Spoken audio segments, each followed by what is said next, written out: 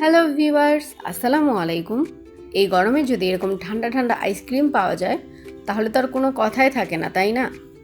আর এই আইসক্রিমটা দেখতে যতটা সুন্দর, খেতেও ঠিক ততটাই মজা, আর বানানো তো একদম সহজ।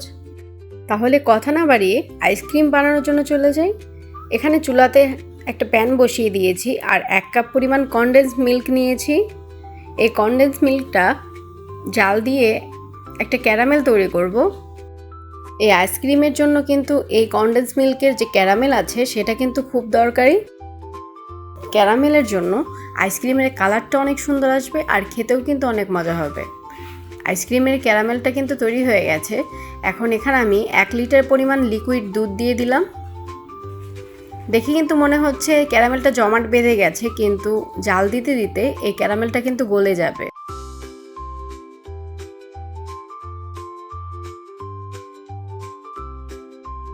এখানে 3টা এলাচ দিয়ে দিলাম। এই এলাচের কারণে আইসক্রিমের মধ্যে অনেক সুন্দর একটা ফ্লেভার আসবে। আমি এখানে 1 লিটার পরিমাণ লিকুইড দুধ ব্যবহার করছি। এই লিকুইড দুধকে জাল দিতে দিতে হাফ করে ফেলতে হবে। আমি এখানে হাফ কাপ পরিমাণ গুঁড়া দুধ দিয়ে দিলাম। আপনারা চাইলে গুঁড়া দুধ নাও দিতে পারেন।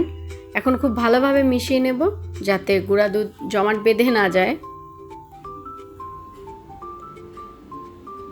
এখন এখানে দিয়ে দিব হাফ কাপ পরিমাণ চিনি। চিনির পরিমাণটা আপনারা বাড়িয়ে বা কমিয়ে দিতে পারেন। খুব ভালো করে মিশিয়ে নিচ্ছি। দেখতেই পাচ্ছেন আস্তে আস্তে কিন্তু কালার চেঞ্জ হচ্ছে। আরও জাল দিলে আরও কিন্তু কালার চেঞ্জ হয়ে যাবে। খুব সময় নিয়ে দুধ জাল করতে হবে।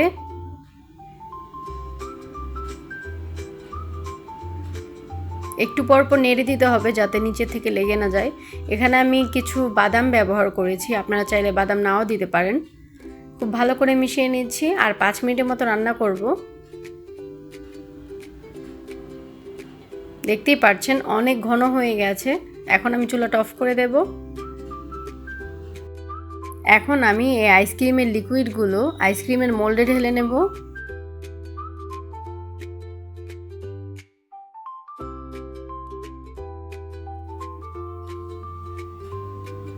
এখন এগুলো সারা রাতের জন্য ডিপ ফ্রিজে রেখে দেব।